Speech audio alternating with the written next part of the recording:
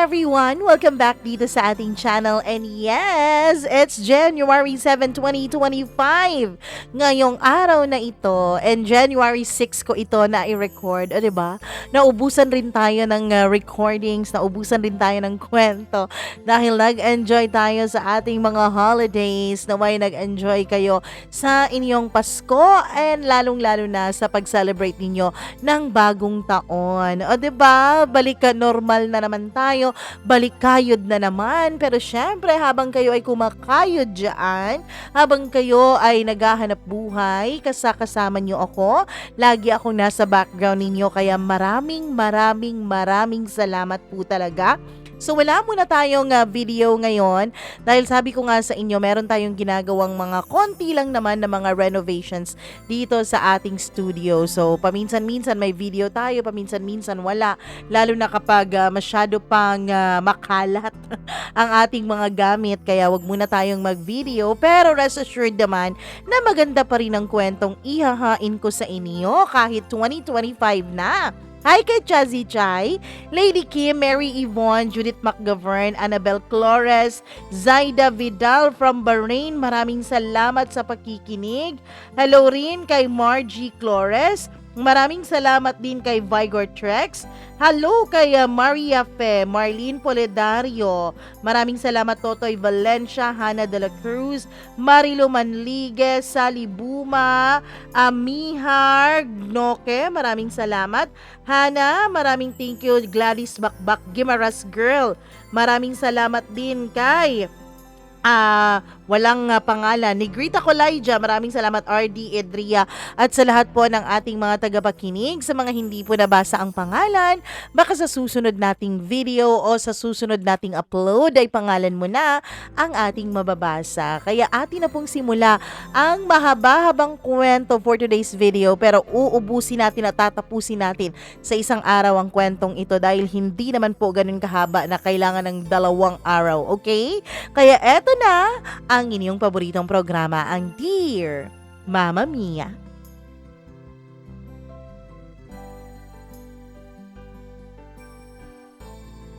Kapag para sa'yo, tadhana ang gagawa ng paraan para ito'y bumalik kung ito'y nawala man. Dear Mama Mia, magandang araw po sa inyong lahat, lalong-lalo na sa iyo Mama Mia at sa mga katulad kong solid supporters and followers. Please po hide my identity para na rin sa privacy ko at sa mga taong involved ng kwentong ito. This is my first time na mag-share po ng ganitong klaseng kwento sa ganitong klaseng channel. Itago nyo na lamang ako sa pangalang Kara. I'm 28 years old and I'm from Davao City. Ako po ang klase ng babae na medyo may kaartihan, kaya alam ko nang makakabasa ako ng mga ganong klaseng comment dito sa kwento kong ito. Siya nga po pala Mama Mia, umaasa pa rin ako na mababasa mo ang kwentong ito kahit na sa Facebook page ko ito na isend. Ewan ko, hindi kasi ako makakasend doon sa Gmail account mo. Anyway, sakto lang po ang itsura ko. Sakto din sa height. At tingin ko Mama Mia, para sa akin ay sa kutis lang ako nag-e-excel. Alam mo naman tayong mga Pinoy, mahilig tayo sa mga mapuputi at mistisa. Ang kwentong ito ay sisimulan ko back when I was still in college. Everyday po akong umuuwi sa bahay ng tita ko, which is doon po ako tumutuloy during my college days. Ayaw kasing pumayag ng parents ko na mag-boarding house ako Mama Mia. Kasi nga only girl lang ako sa pamilya. 4 kaming magkakapatid at ako pa ang youngest. Lahat sila ay nandun sa amin sa Davao at ako lang ang napunta ng Cebu para mag-aral. First 2 weeks, grabe yung struggle ko. Especially during uwian dahil napakadaming tao at napakahirap po ang sumakay. Plus traffic pa. Until dumating din naman ang panahon na nakapag-adjust na rin naman ako. Traffic din naman sa Davao pero hindi ganun kagrabe kesa sa Cebu. Paminsan-minsan, no choice ako Mama Mia. Dahil nga kailangan ko nang makauwi ay umuupo ako sa gitna o extension ng jeep. Iba po kasi ang jeep dun sa amin, Mama Mia. Nilalagyan po ng kahoy yung magkabila ang dulo ng jeep para may additional ka pang mauupuan. Ayoko na kahit sino na lang ang nakakatabi ko. Yes, medyo maarte ako, Mama Mia.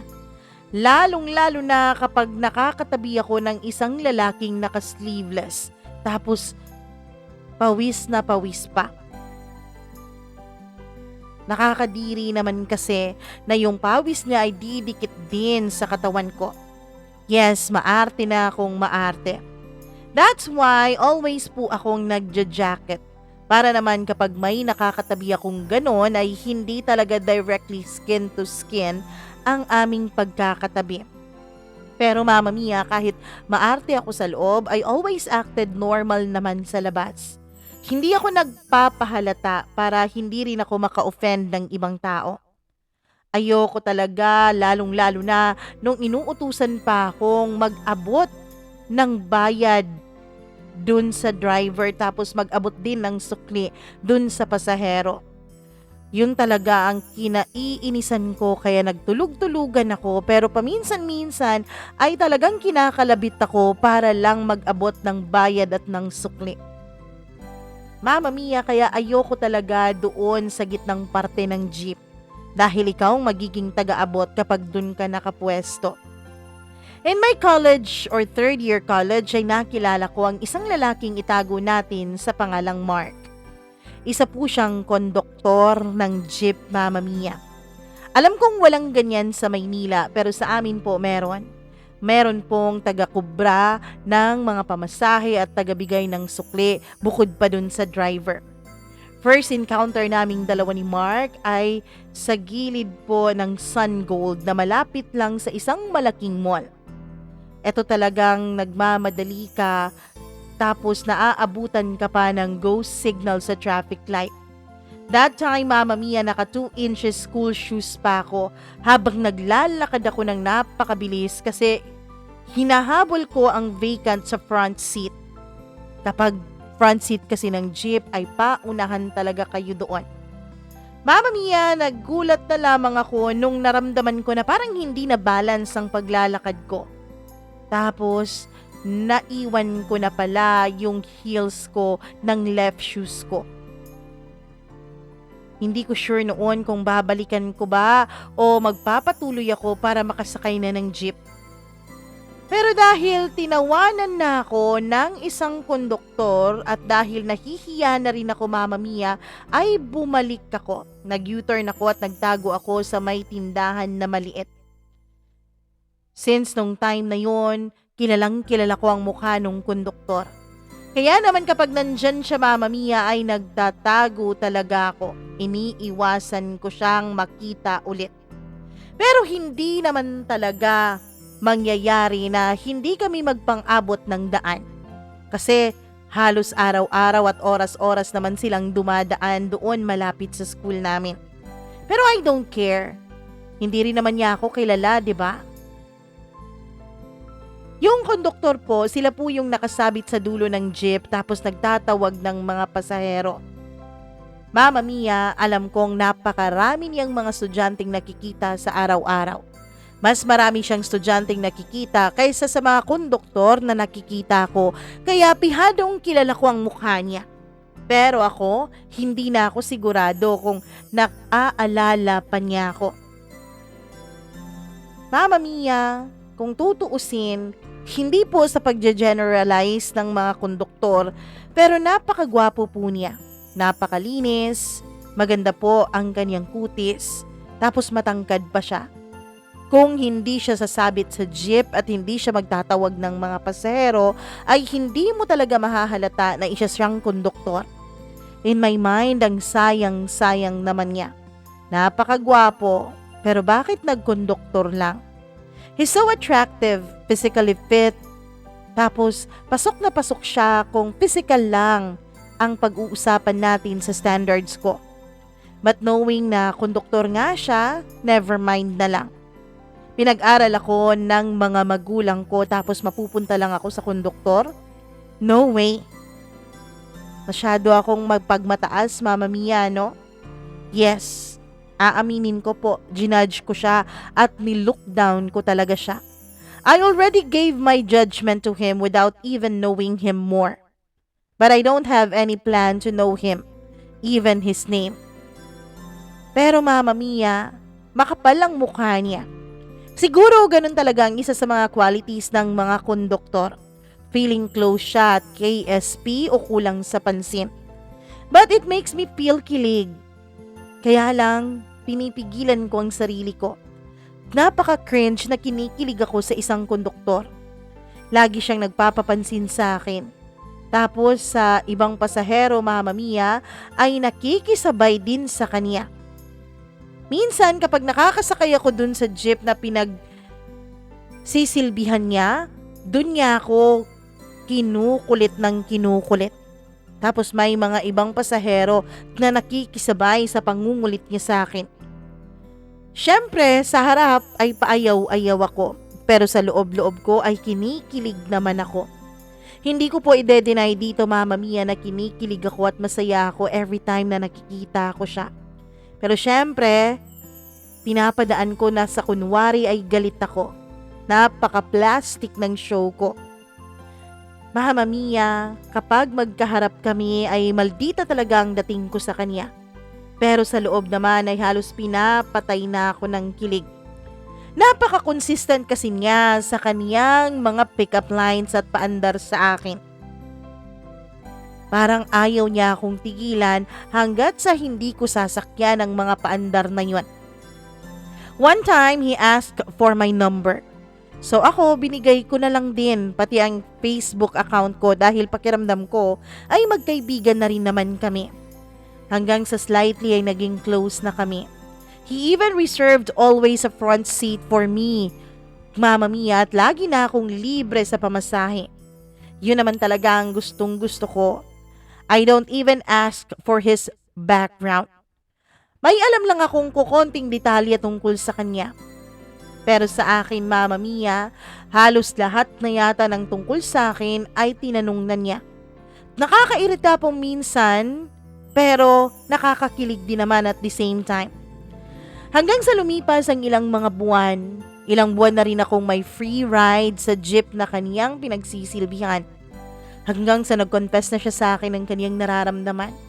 Very unique ang kaniyang style. Kaming dalawa lang ang pasahero noon dahil naka-family use ang signboard sa kanilang jeep. He looks so handsome. Napakadesente niya sa kaniyang postura. Alam ko sa sarili ko, alam kong unti-unti na akong nai-inlove sa kanya. Pero nakakahiyang malaman ng mga friends ko, ng mga nakakakilala sa akin, na sa konduktor lang ako pumatol para maging boyfriend ko.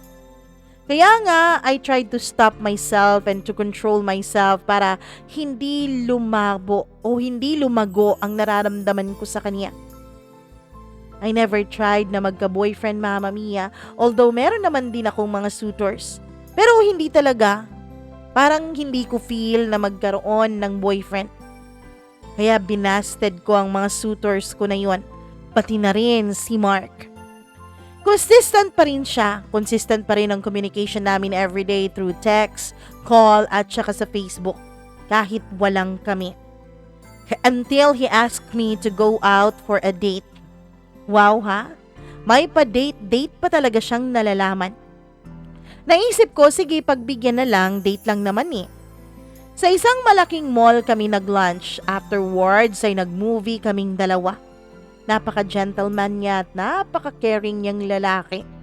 Sa isip ko, ilang days kaya na pagbiyahin niya ng pagkukonduktor niya ang kaniyang inipon para lang panggastos sa date namin na yon.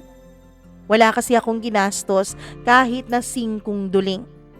He told me, Mama Mia, na hindi na raw siya manliligaw sa akin ulit.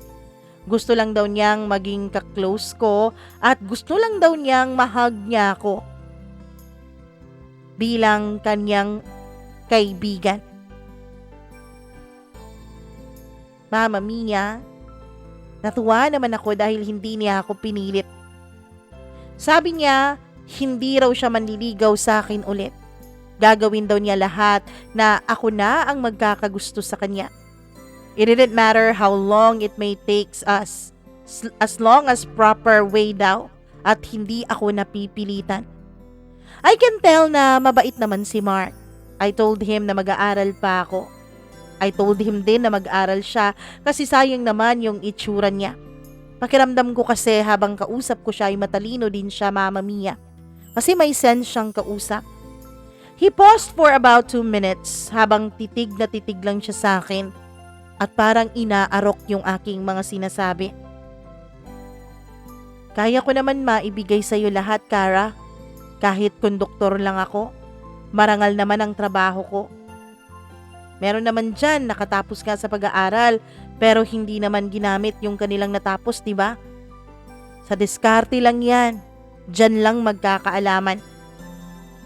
Mama Mia, hindi ko alam kung matutuwa ba ako sa sinagot niya sa akin. Para bang wala talaga siyang interes na magbalik sa pag-aaral. By the way, mas matanda siya sa akin ng 3 years. I was 19 at that time at siya 22 years old na. Until sa dumating yung panahon na hindi ko na nagugustuhan yung pagiging makulit niya. Kasi palaging bumabalik sa isip ko na habang buhay na lang magiging konduktor si Mark dahil wala naman siyang pangarap sa buhay. Wala siyang pangarap magbalik sa kanyang pag-aaral. Lagi siyang nagde-text sa akin na para bang wala siyang ibang plano sa buhay niya. Na para bang ang gusto lang niyang gawin ay magpabanjing-banjing, manligaw, magkaroon ng girlfriend. He texted me na magkita raw kami ulit dun sa mall kung saan kami nagkita. Nag-reply ako sa kanya ng yes pero hindi ko na siya pinuntahan pa. I switched off my phone. The following day, syempre sakay na naman ako ng jeep. Doon na naman sa jeep kung saan siya nagkokonduktor. He asked me bakit hindi raw ako tumupad sa usapan. Bakit ko raw siya inindyan. I told him na nagka-emergency lang and he understood. Ang usapan namin 1 PM kaming magkikita. Umuwi raw siya nung closing na ng mall. Imagine kung gaano kahabang oras ang nasayang sa kanya. Nabasa ko naman ang mga messages niya pero hindi ako nag-reply. I switched off my phone again. I don't know, Mama Mia, kung anong nakita niya sa akin.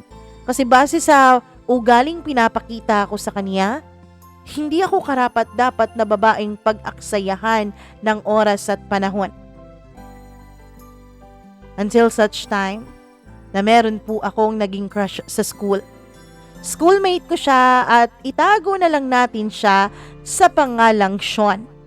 Gwapo at perfect siya para sa akin. Pack na pack siya sa standards ko, Mama Mia. Kasi bukod sa gwapo, matalino, nag-aaral, may pangarap. Grabe talaga akong mag-effort sa kanya noon para lang mapansin niya ako hanggang sa naging success din naman. Finally, Sean noticed me. Pero hindi pa kami mag-boyfriend-girlfriend noon. Getting to know each other stage pa lamang kami. One time, in-invite ko si Sean na pumunta kami dun sa malaking mall, Mama Mia, for no reason. Dahil may own sasakyan naman itong si Sean, ayokong gamitin namin yon. Ang gusto ko ay mag-jeep kaming dalawa. Ewan ko, tiniming ko talaga yon sa oras ng biyahe ni na Mark. Gusto ko kasing ipakita kay Mark na wala siyang pag-asa sa akin dahil may boyfriend na ako. Gusto kong ipakita kay Mark, Mama Mia, ang tipo kong lalaki na hindi lang gwapo, hindi lang pisikal, kundi yung may pangarap talaga sa buhay. Pagkakita ni Mark sa aming dalawa ni Sean, I can see in his eyes na talagang nasaktan siya. I don't care kung masasaktan man siya. It's my plan para matapos na ang pangungulit niya sa akin. Kasi that time, Mama Mia, inisip ko na kung magtatapat lang sa akin si Sean, ay sasagutin ko siya agad. Kaya ayoko na e-eksena pa o papapel pa sa buhay namin si Mark. Pagkatapos ng araw na yon ay almost 2 months akong hindi na almost 2 months akong hindi nakita si Mark. Wala rin naman siyang text o tawag sa akin. Hindi na siya kumontak pa sa akin, Mama Mia. I don't know why, pero parang nakakaramdam ako ng pagka-miss sa kanya. Siguro dahil nasanay ako na everyday nakakatanggap ako ng mga messages sa kanya kahit na hindi naman ako nagre-reply. Pero kahit na medyo nasaktan ako dahil sa pagka-miss ko kay Mark ay binaliwala ko yon. Inisip ko na lang at least effective pala ang way ko para tigilan na niya ang pangungulit sa akin. At isa pa, yun naman talaga ang gusto ko, 'di ba? Ang tumigil na siya sa kaniyang panliligaw. Hanggang sa niligawan na nga ako ni Sean dahil nga naging close na kaming dalawa. Hindi ko na rin pinatagal ang panliligaw niya at sinagot ko siya at naging kami dalawa ni Sean. Legal kaming dalawa ni Sean sa side ko pero sa side niya ay hindi pa. At first few months sa aming relasyon ay napaka-smooth pa ng takbo at napakasaya pa namin. Ganun naman talaga yon, hindi ba sa umpisa, Mama Mia? But later on, everything started to change. Iba yung expectations ko, iba din yung realidad. Naging expectations versus reality tuloy ako. Barkadista, bisyoso, at addict pa sa mga mobile games si Sean. Para akong laging nasa huli sa mga priorities niya, Mama Mia. Pero inintindi ko siya kasi nga mahal ko siya. Inintindi ko siya dahil siya ang gusto ko. Mama Mia, sabi ko okay lang yun. At least mobile games lang naman at mga kaibigan lang naman niya ang kaagaw ko sa kanya, hindi ba? Pero mali pala ako. Hindi lang pala siya addict sa mobile games, kundi pati na rin sa babae at pati na rin sa pinagbabawal na gamot. Yes, Mama Mia. Habang tumatagal ang relasyon naming dalawa ni Sean, ay many times ko na rin siyang nahuli na niloloko niya ako. Pero kahit na ganon, nagpapakatanga pa rin ang lola niyo. Palagi ko pa rin siyang binibigyan ng chance even though hindi naman siya nanghihingi ng chance. Oo, Mama Mia. Kapag nahuhuli ko siya, nagagalit ako sa kanya. Pero in the end, ako pa rin ang nagbibeg sa kanya para lang magstay siya sa akin. Pumapayag ako na lokohin niya ako, wag lang siyang mawala sa akin. Bahala na may iba siya, basta kami pa rin. Ano to? Karma na ba to? Karma na ba tong nararamdaman ko? Dahil nga mahal na mahal ko siya, Mama Mia, hindi po ako bumitaw kahit ang sakit-sakit na. Ang gusto ko noon ay maging guidance counselor ako ni Sean. Ang gusto ko ay i-guide ko siya para mapunta sa mabuting daan. Hanggang sa umabot na sa time na hindi na lang ako emotionally tortured by him, kundi pati physical na. Yes, Mama Mia. Pinagbubuhatan na rin ako ni Sean ng kamay, pero tinatago ko. Hinatakpan ko ang pananakit niya sa akin. I just cried it out loud kapag ako lang mag-isa. No one comforts me dahil wala namang nakakaalam sa tunay kong pinagdadaanan sa kamay ni Sean. Ayoko kasing masira siya sa mga mata ng mga magulang ko at mga kapatid ko, Mama Mia. I've never imagined na ganito pala ang kahahantungan ko sa first boyfriend ko. Ayaw niya na sinusundo ko siya. Ayaw niya na pinupuntahan ko siya kung saan siya naroroon. Pero always ko yung ginagawa. Kasi nga, Mama Mia, gusto kong matuwid ang daan niya. Gusto kong maiwas siya sa mga bad influence niyang mga kaibigan. Pero lahat ng effort ko, lahat yon wasted. Kasi mismo sa harap ng mga kaibigan niya, Mama Mia, pinapahiya niya ako. And sometimes, he even slapped me in front of them. And the worst is, Mama Mia, pinilit niya akong tumikim ng mga bagay na ayoko. Pinilit niya akong gawin ang mga bagay na hindi ko gusto. Like ipinagbabawal na gamot, pag-inom, pagsisigarilyo. And yes, naging sunod-sunuran ako sa kanya. Naging sunod-sunuran ako dahil hulog na ang loob ko noon kay Sean. Alam na alam niya, Mama Mia, Alam na alam niya kung paano ako pasunurin. Siguro lahat ng pinakita niya sa akin nung una ay sinadya niya yon para tuluyan akong mahulog at ma-in love sa kanya. Hanggang sa siya na rin mismo ang nakakita na hulog na ako kaya inaabuso niya ako. And yes, lahat ng pinasubukan niya sa akin ay sinubukan ko. Kasi takot akong mawala siya. Takot ako sa mga bagay na yon lalo na sa ipinagbabawal na gamot pero mas takot akong mawala sa akin si Sean dahil mahal na mahal ko siya. Mag-iisang taon na noon ang relasyon namin kaya tiniis ko siya. Isa lang, Mama Mia, ang hindi ko kinayang ibigay sa kanya at hindi ko kinayang subukan. Ang maibigay sa kanya ang aking pagkababae. Maniwala kayo't sa hindi, yes, I'm still intact nung mga panahon na yon. Which is, yun ang reason niya, Mama Mia.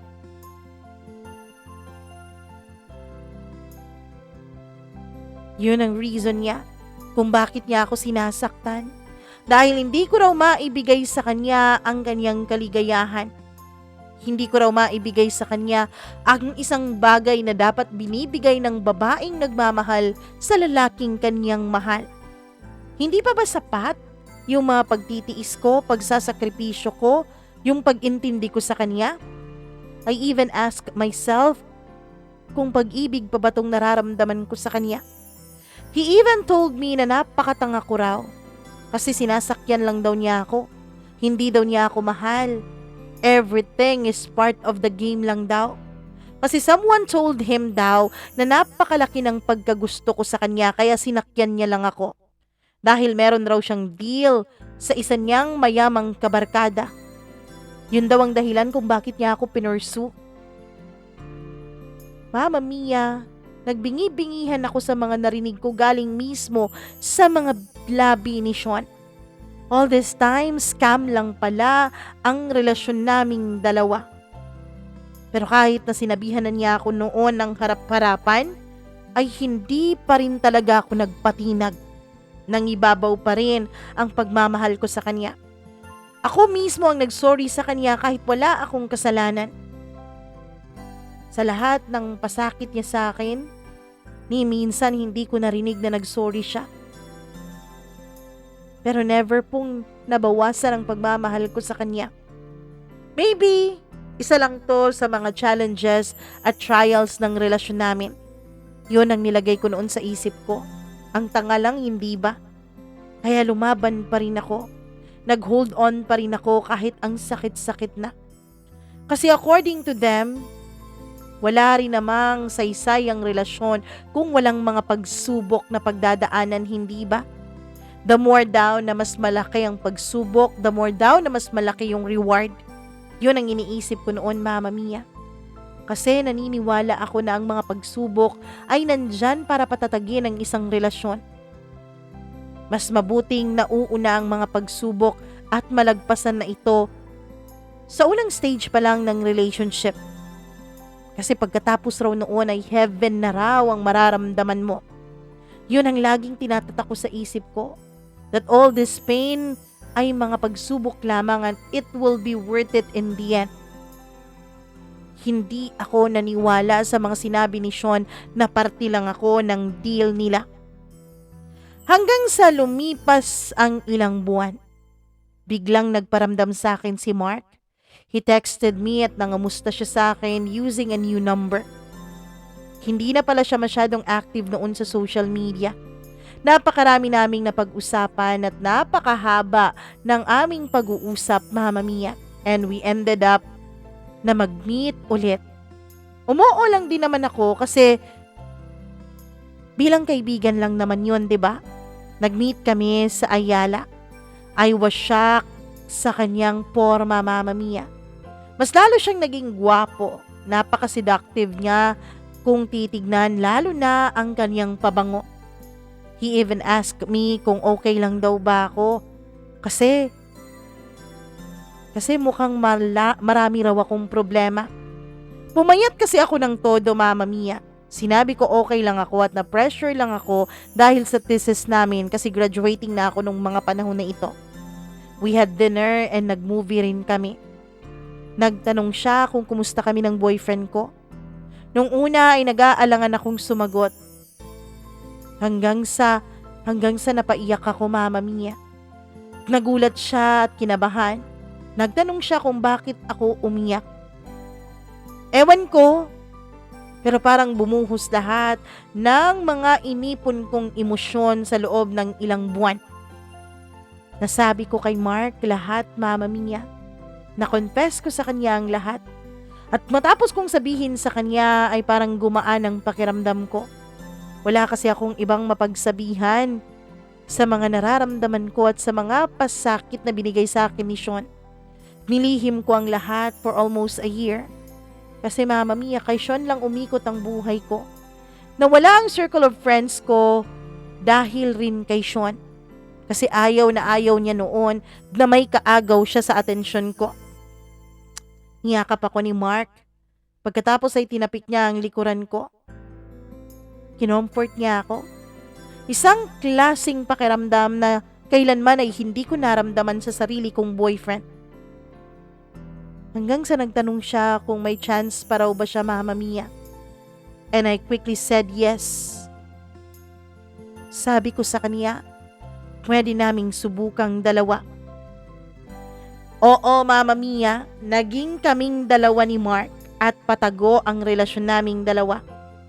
Pero alam ko sa sarili ko, alam ko na parang ang dating ay naging rebound ko si Mark. And maybe naramdaman din niya yon. Kung gaano ako kamartir nun kay Sean, Mama Mia. Sobra naman ang pagmamahal na pinaramdam sa akin ni Mark. Kabaliktaran lahat. How I wish ganito si Sean. How I wish kung paano ako tratuhin ni Mark ay ganito magtrato sa akin si Sean. Pero Mama Mia, kahit pala gaano ka kamahal ng isang tao, kung hindi mo pala siya mahal ay useless pa rin talaga. On and off ang status naming dalawa ni Sean. Yes, meron pa rin kaming relasyon. I know na niloloko pa rin niya ako. O panloloko ba talaga ang tawag nun? O baka ako na lang ang nag-assume na meron pa rin kaming dalawa ni Sean? Mama Mia, ang worst thing na nagawa ko, every Saturday lang po ang naibibigay kong oras para kay Mark. Pumayag din naman siya. Kasi alam naman niya na mahal ko pa si Sean. Alam naman niya, Mama Mia, na may Sean pa rin sa buhay ko. And he never complained as long as constant pa rin ang communications naming dalawa. Hindi kailanman nag-demand ng oras sa akin si Mark. Kapag magkasama kaming dalawa, pumupunta kami sa Ayala. Napaka-clingy niya at napaka-sweet. He always hold my hands even in public. Hanggang sa nagkita kami ni Sean sa Ayala, Mama Mia. May kasama siyang ibang babae. Nung makita ko siya ay agad kong binitawan ang kamay ni Mark.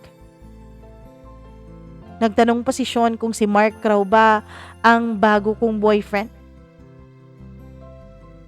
No, hindi. He's just my friend. Sagot ko. Pero Mama Mia, nasaktan ako sa naging sagot sa akin ni Sean. Pinakilala niya sa akin yung babaeng bilang kanyang new girlfriend. Ang sakit. Face to face ang aminan. And then, umalis na silang dalawa. Kaming dalawa naman ni Mark ay tahimik lamang. Umakyat kami sa food court. Doon for the first time, umiyak sa harap ko si Mark. He asked me, Mama Mia, kahit 3% lang man daw, kung may pagmamahal ba ako sa kanya. Sabi ko maybe, hindi ko alam, hindi ko sigurado. Hanggang sa nagtanong siya kung bakit ko siya dininay sa harapan ni Sean at nung babaeng kasama niya.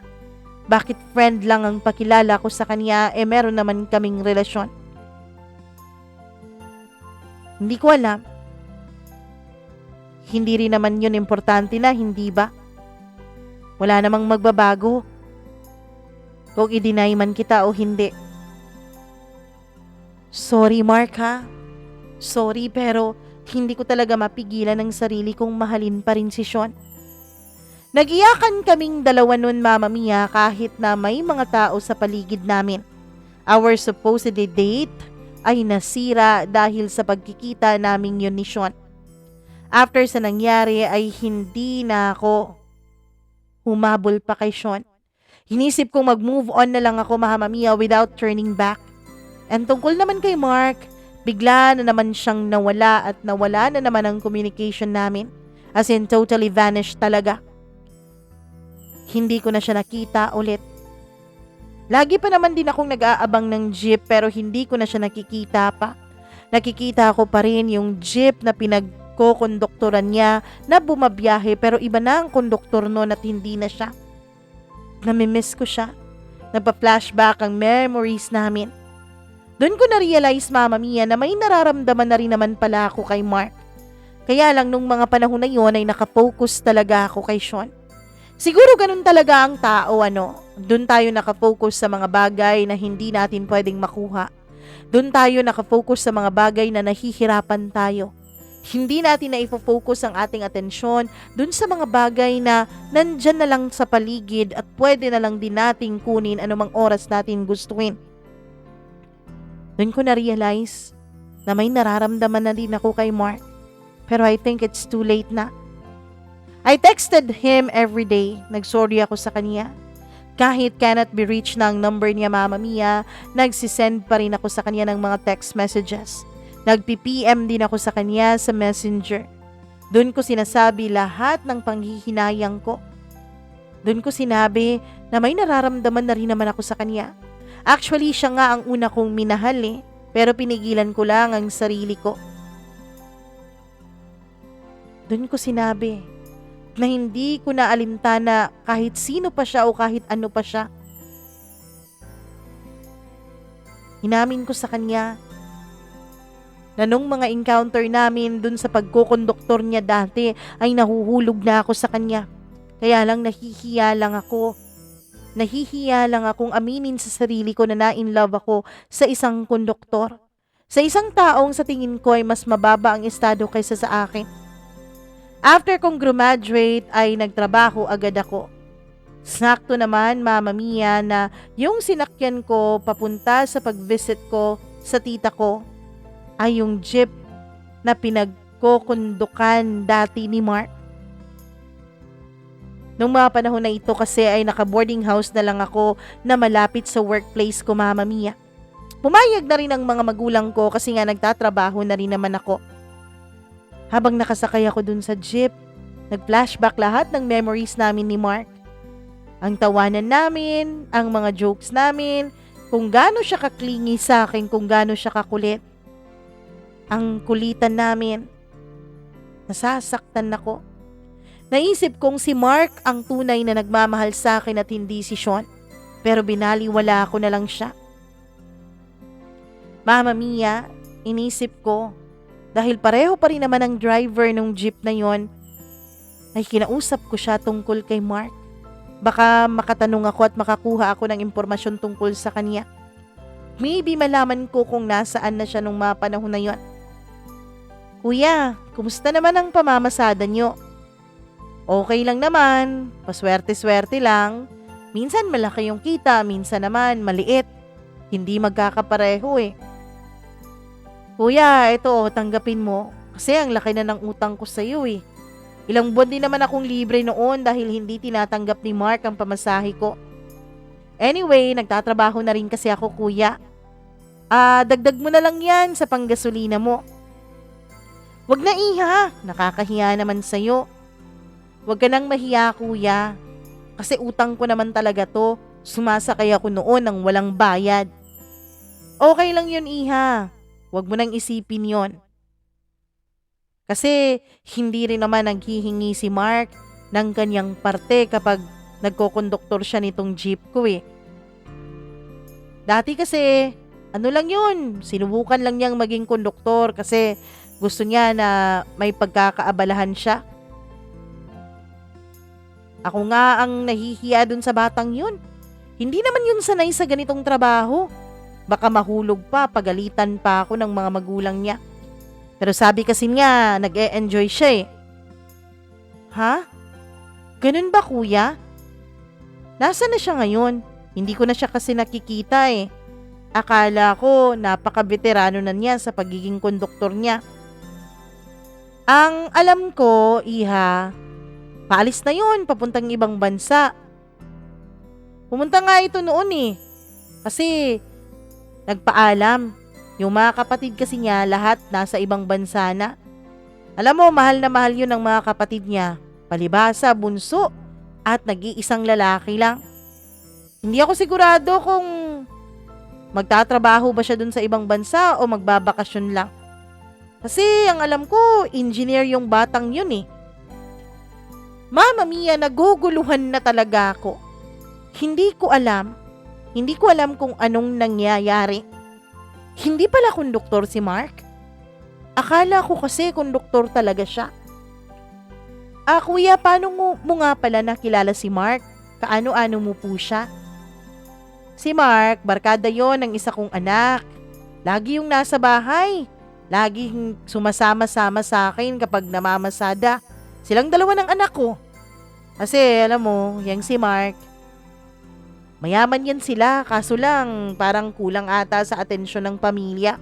Kaya nagugustuhan niyang doon tumambay sa amin. Speechless ako, Mama Mia. Speechless at napahiya ako sa mga narinig ko kay Kuya Driver. Ang dami ko pang sinabi tungkol kay Mark noon. Ininsulto ko pa ang pagiging konduktor niya. Pero hindi ko pala alam ang totoong nangyayari sa buhay niya. Nakakahiya. Sinabihan ko pa siya na mag-aral siya ulit. Pero engineer pala siya. Nag-focus na lang ako sa trabaho ko. Hindi na ako nag-entertain ng ibang mga lalaking sumusubok na manligaw sa akin. Kasi I'm still hoping na babalik si Mark. Tungkol naman kay Sean, Mama Mia, nung mga panahon na yon ay ikinasal na siya dun sa babaeng pinakilala niya sa akin sa mall nung magkita kaming apat ni Mark. One time, Mama Mia, nagkita kami ng isang kaibigan ni Sean na bad influence. Hindi ako nagtanong tungkol kay Sean pero siya na ang kusang nagsabi sa akin tungkol dun sa deal nila. Nagsorry siya sa akin. Gusto raw niya akong sabihan sa umpisa pa lang pero natatakot daw siya kay Sean, Mama Mia. Mama Mia, ang deal kasi noon, kasi nga hindi ako sumasagot ng suitor, ay sinabi ni Sean na kapag napasagot niya ako tapos nakuha niya ang virginity ko, ay magbabayad sa kanya ng tig-1,000 ang lahat ng mga kaibigan niya. It's all about the money lang pala. Buti na lang talaga at hindi ko isinakripisyo ang pagiging birhen ko. Buti na lang talaga kahit nagpakatanga ako tungkol noon kay Sean, ay inalagaan ko pa rin ang sarili ko.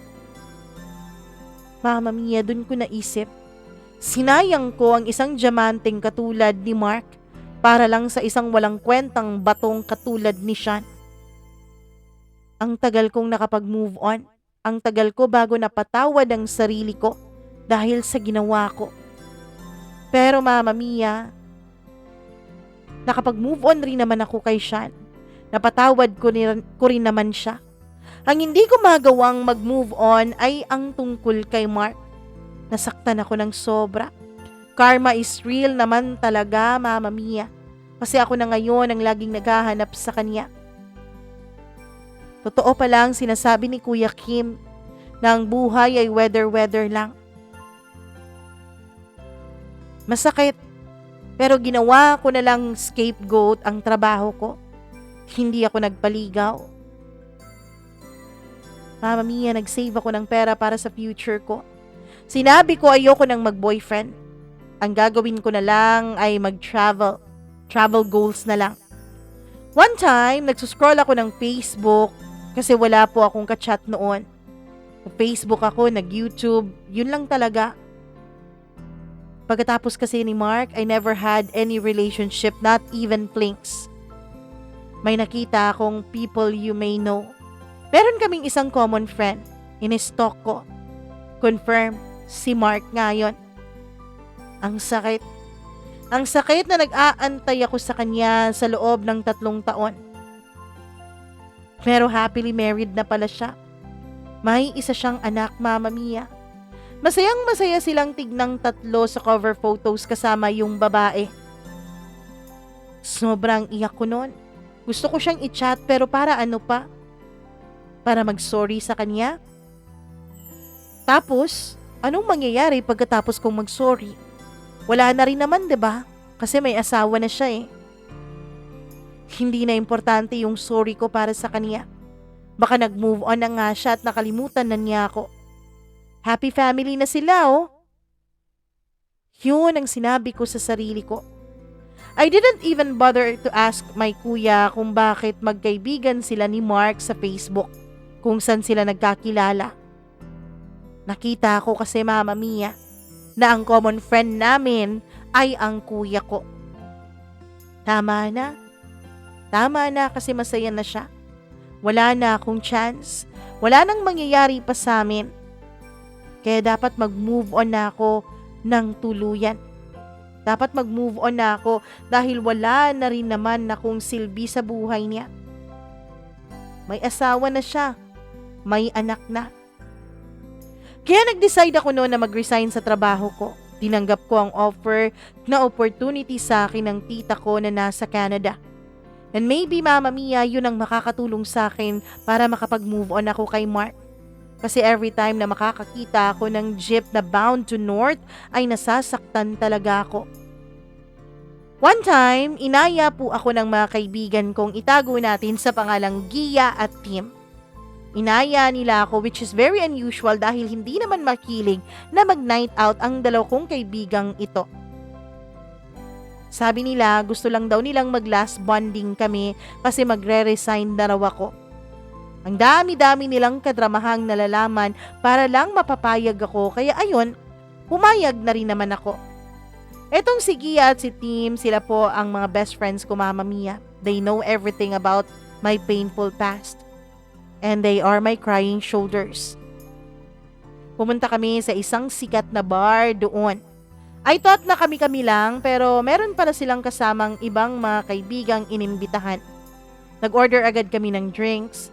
Busy sila sa pagsasayaw habang ako ay nandun lamang sa may table. Umiinom lang. Kasi sanay naman akong umiinom nun eh.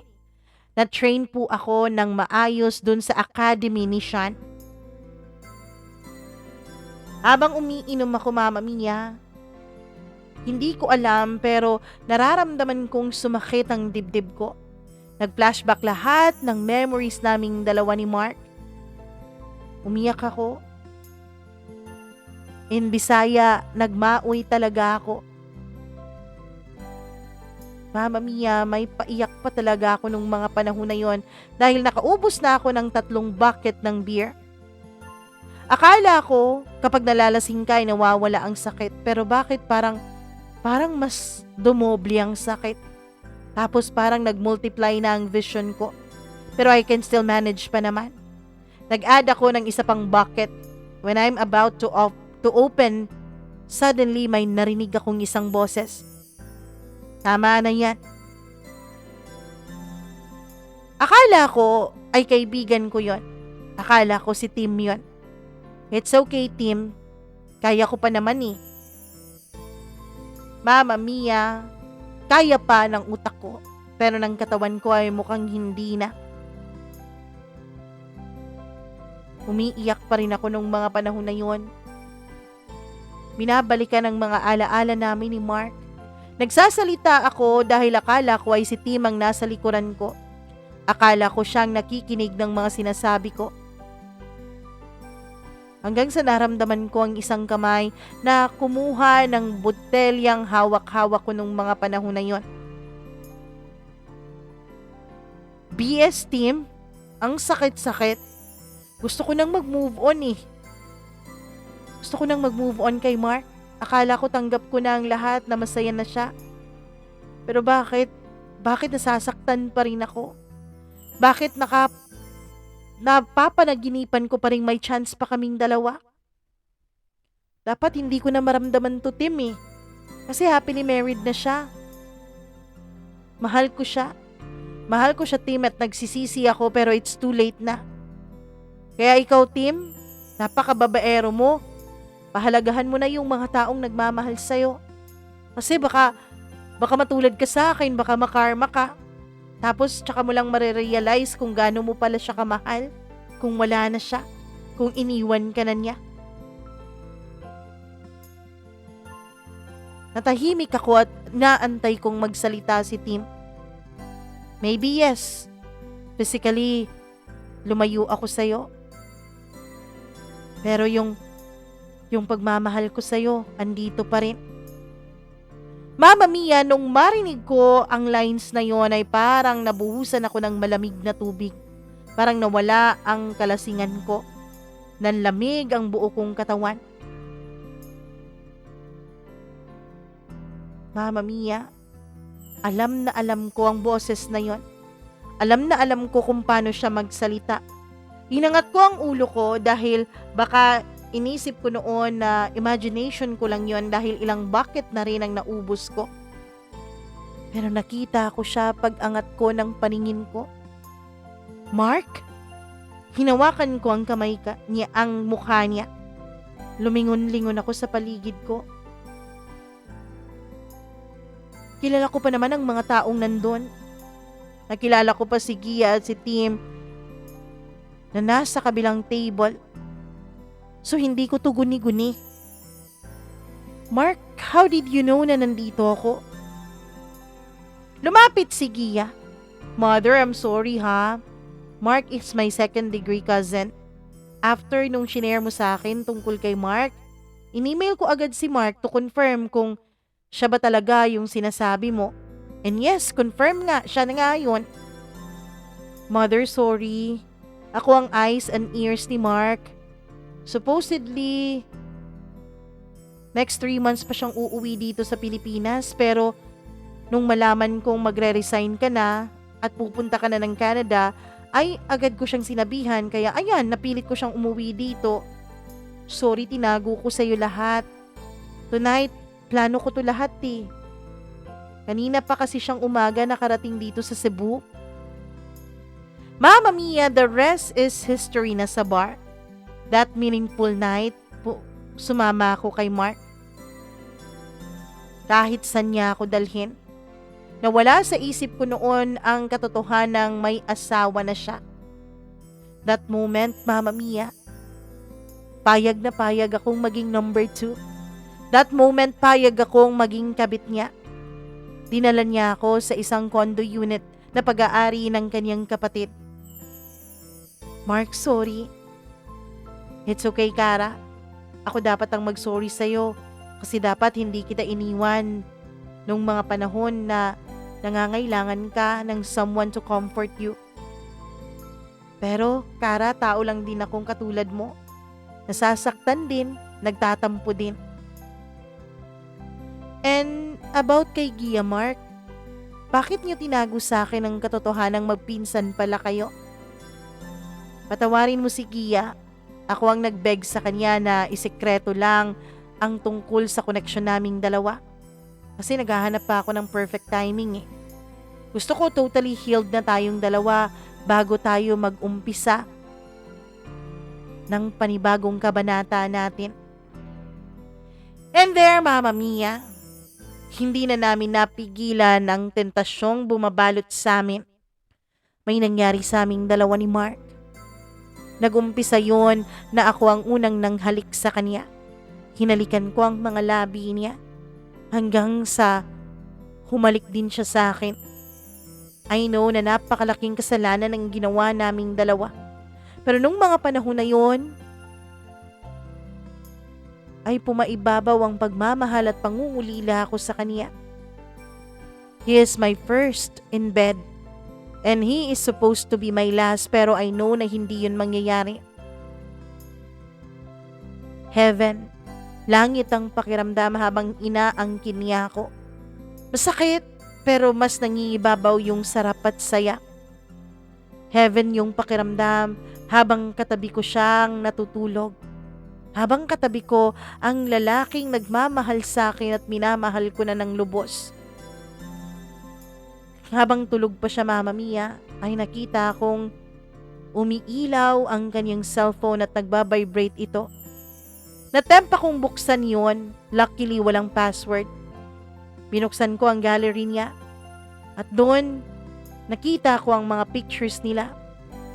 It was taken 2 years ago. I think it's a family day. So, doon ako nakapag-decide na dapat i-let go ko na si Mark. Kasi disente akong babae eh. Hindi ako pinalaki ng mga magulang ko para maging kabit. Hindi ko gustong manira ng isang masayang pamilya. Isang masayang pamilyang nabuo dahil sa akin. Dahil sa pambabaliwala ko noon kay Mark. Nagkamali ako. Mali ang mga desisyon ko dati, kaya hindi ko hahayaang mali pa rin ang mga magiging desisyon ko ngayon. Itatama ko na ang lahat. Bago ako umalis dun sa kwarto na yon, I kissed him and I said, I love you. And goodbye, Mark. I love you so much, and again, I'm so sorry. Hindi na siya nagising pa, siguro dahil pagod na pagod siya galing sa biyahe niya.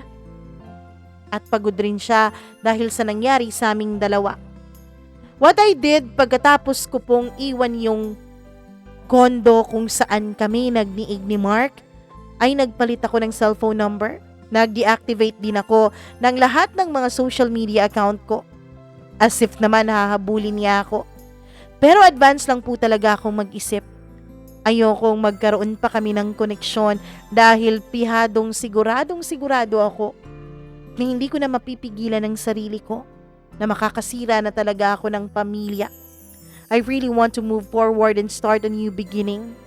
Hindi na ako bumalik pa sa trabaho. Anyways, 2 weeks na lang naman bago ang effectivity ng resignation ko. Nag-text na lang ako sa HR at sinabi kong meron akong emergency. Umuwi ako sa amin sa Davao at nag-process na ako ng mga papers ko, getting my credentials, etc. etc. Hindi ko na namalayan na lumipas na pala ang 2 buwan mula nung may mangyari sa aming dalawa ni Mark.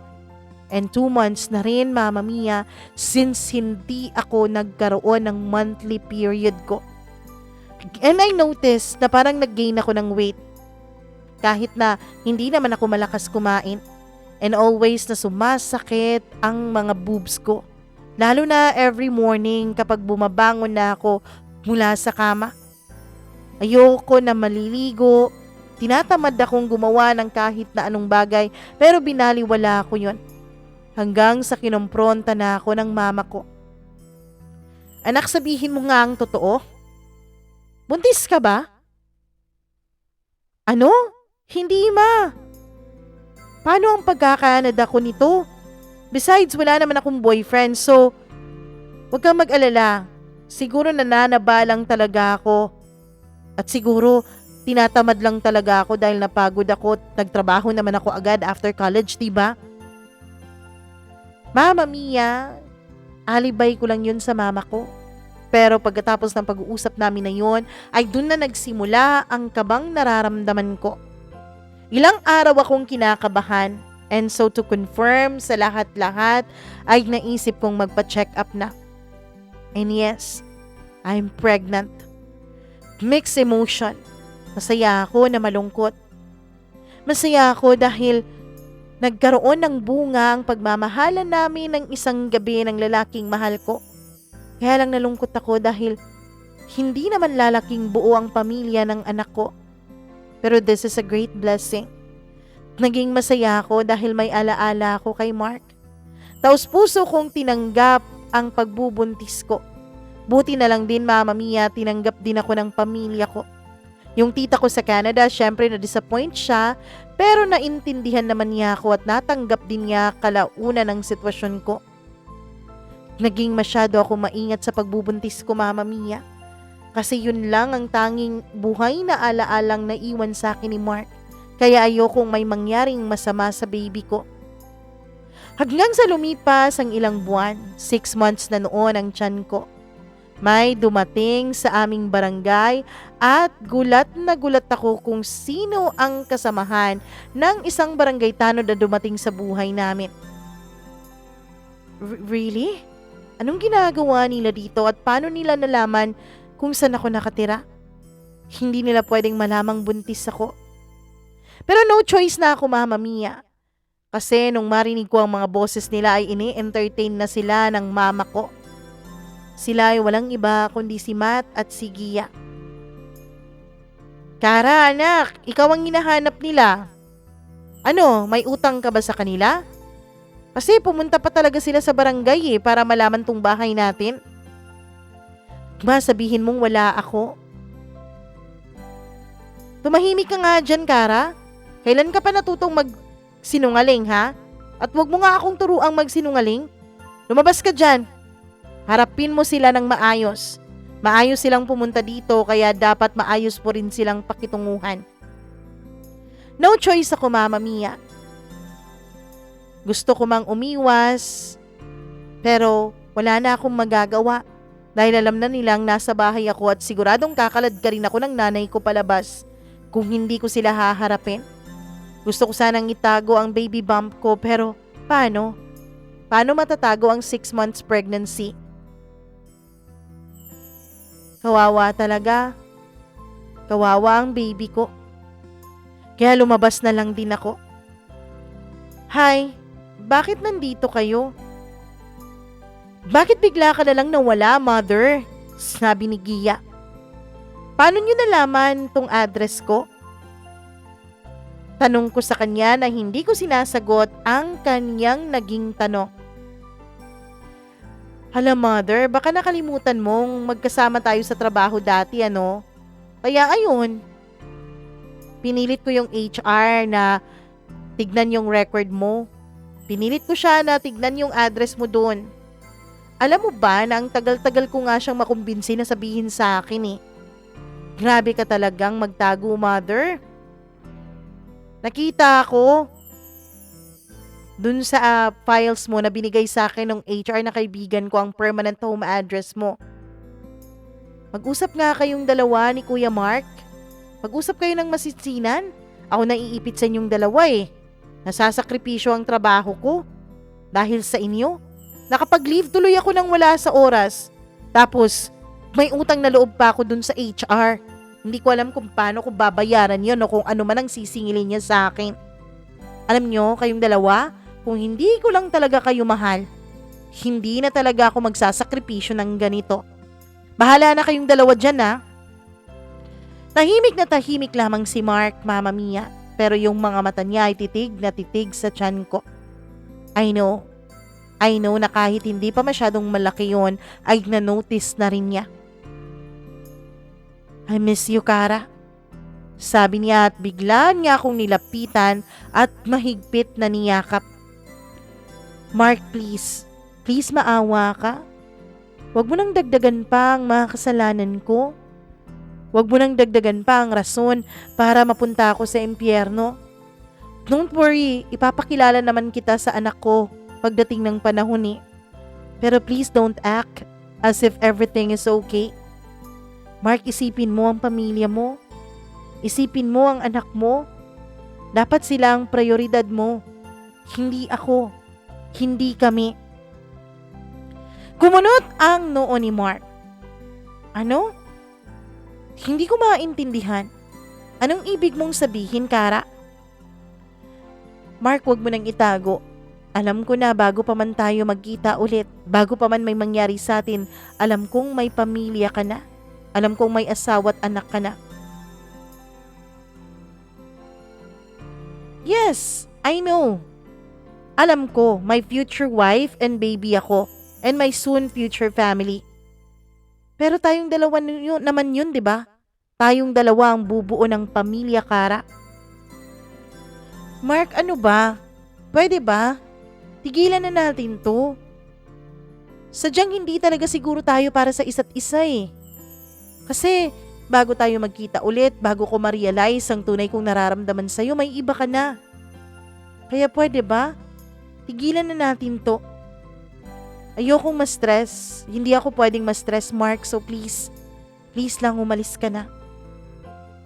Saan mo ba nakuha yung balita mo na may asawa na ako, ha? Nakasal na ako. If I know. Doon sa Facebook ko, no? Or doon sa cellphone ko. Kasi iba na ang posisyon ng cellphone ko nung magising ako kinabukasan na wala ka na sa tabi ko eh. Doon mo ba nakita? Next time kasi magtanong ka, hindi yung nag-a-assume ka agad, hindi yung nagko-conclude ka agad. Alam mo ba kung sino yun? Kung sino yung bata at yung babaeng kasama ko? Kapatid ko yun, Kara. Single mother ang sister ko. And that photo was taken during the family day ni Kitty. Yung pamangkin ko. At daddy ang tawag niya sa akin. Daddy call. Daddy Tito. So please, pwede ba? Huwag kang mag-assume at huwag kang magtago. Huwag kang umalis agad. Makipag-usap ka naman ng maayos.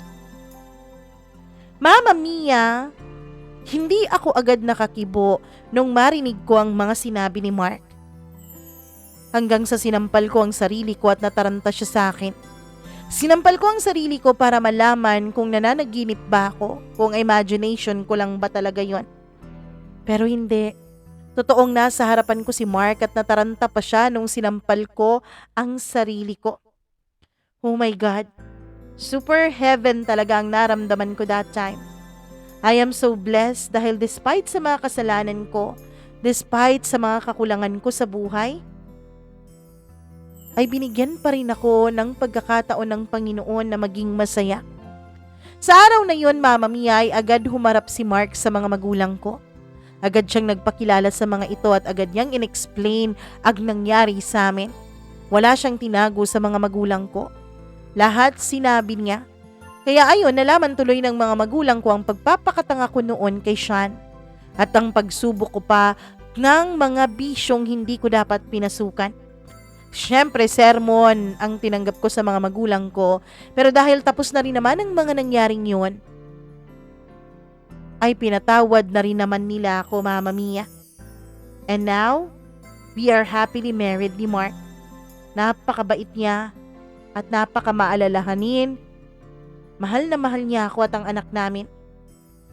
Nagsimula man kami sa isang pangit na umpisa, pero we ended up in superb, wonderful and blissful ending. I know, Mama Mia, na hindi talaga maganda ang ginawa kong nang look down ako ng kapwa ko, nang judge ako ng ibang tao. I know na hindi magandang manghusga ng tao base sa trabaho nila, base sa current situation nila dahil hindi natin alam ang totoo nilang pinagdadaanan. I learned that the hard way. Kaya sana, wag nyo nang subukan pa na gawin din ang pagkakamaling nagawa ko. Pero tao lang din naman tayong lahat. Lahat naman tayo ay dumadating sa punto na tayo ay nagkakasala. Hindi na ako magpapakalinis pa. Hindi tayo dapat magpapakalinis. Ang importante ay alam natin kung paano tumanggap ng pagkakamali at handa tayong baguhin ang dapat baguhin. Alam ko, merong iba sa inyo dyan na hindi pa tinatapos itong kwento ko ay binash na ako dun sa pang-judge ko ng pagiging konduktor dati ng asawa ko. Pero wala na akong pakialam dahil masaya na ako sa buhay ko ngayon. Masaya na ako sa pamilya ko. Sa ngayon, Mama Mia, ay long distance relationship po kami ng asawa ko. Sa abroad po kasi siya nagtatrabaho habang ako ay nandito pa rin sa Pilipinas. Pero umuuwi-uwi naman siya kada taon. At 1 hanggang 2 buwan sa 1 taon naman siyang kung magstay dito. Nag-uusap na rin kami ng asawa ko ngayon, Mama Mia, na aalis na kami at magmamigrate na sa ibang bansa. Inaasikaso na lamang ang papeles namin ng anak ko. Hanggang dito na lamang po at maraming salamat, Mama Mia, sa pagbibigay mo ng oras para basahin itong kwento ko. Lubos na gumagalang, Kara.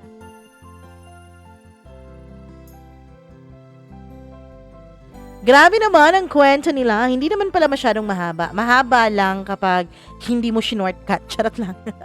Thank you so much, Kara, sa pagbibigay mo ng pahintulot na ma-share itong kwento ng iyong buhay pag-ibig dito sa ating programa. And alam ko Alam ko na marami sa inyo dyan na nakaranas din ng ganito, ng husga ng kapwa kahit na hindi pa alam kung anong tunay na dahilan o pinagdadaanan. Lahat naman tayo siguro nakaranas ng panghuhusga at ng husga na rin ng iba, hindi ba? Pero tama si Kara. Ang importante ay matuto tayo sa ating mga pagkakamali. Matuto tayong tumanggap ng pagkakamali at matuto tayong baguhin ang ating pag-uugali para hindi na mauulit ang pagkakamaling yon. Maraming salamat sa inyong lahat dahil kahit 2025 na ay sinasamahan niyo pa rin ang inyong Mama Mia kahit paminsan-minsan ay walang video at pictures ko lang nang nakikita niyo dyan. Pero syempre, kahit pictures lang yan, ako pa rin yan ha.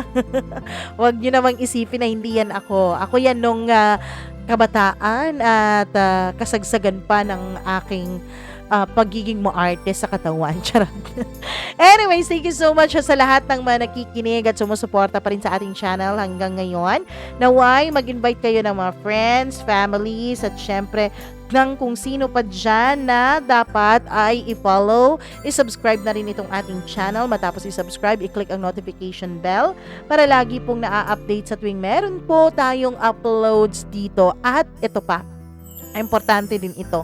Kung meron kayong sarili ninyong kwento, mag-share naman kayo dyan dito sa ating programa. Mag-email lamang po kayo, Mama Mia, cdo0317@gmail.com. At kung hindi talaga makapag-send sa email, gaya nitong si Kara, pwede po kayong mag-send sa atin via Facebook dun sa ating page, Mama Mia CD or Mama Mia Cagayan de Oro. Paki-follow and paki-subscribe na rin sa ating ibang mga social media accounts, TikTok, Threads, and Instagram, and syempre Facebook. Maraming salamat sa inyong lahat. Ako pong muli ang inyong Mama Mia. Hanggang sa susunod na kwentong ating pagsasaluhan dito lamang sa inyong paboritong programa, ang Dear Mama Mia. Magandang araw po sa inyong lahat and enjoy the rest of your day. Paalam!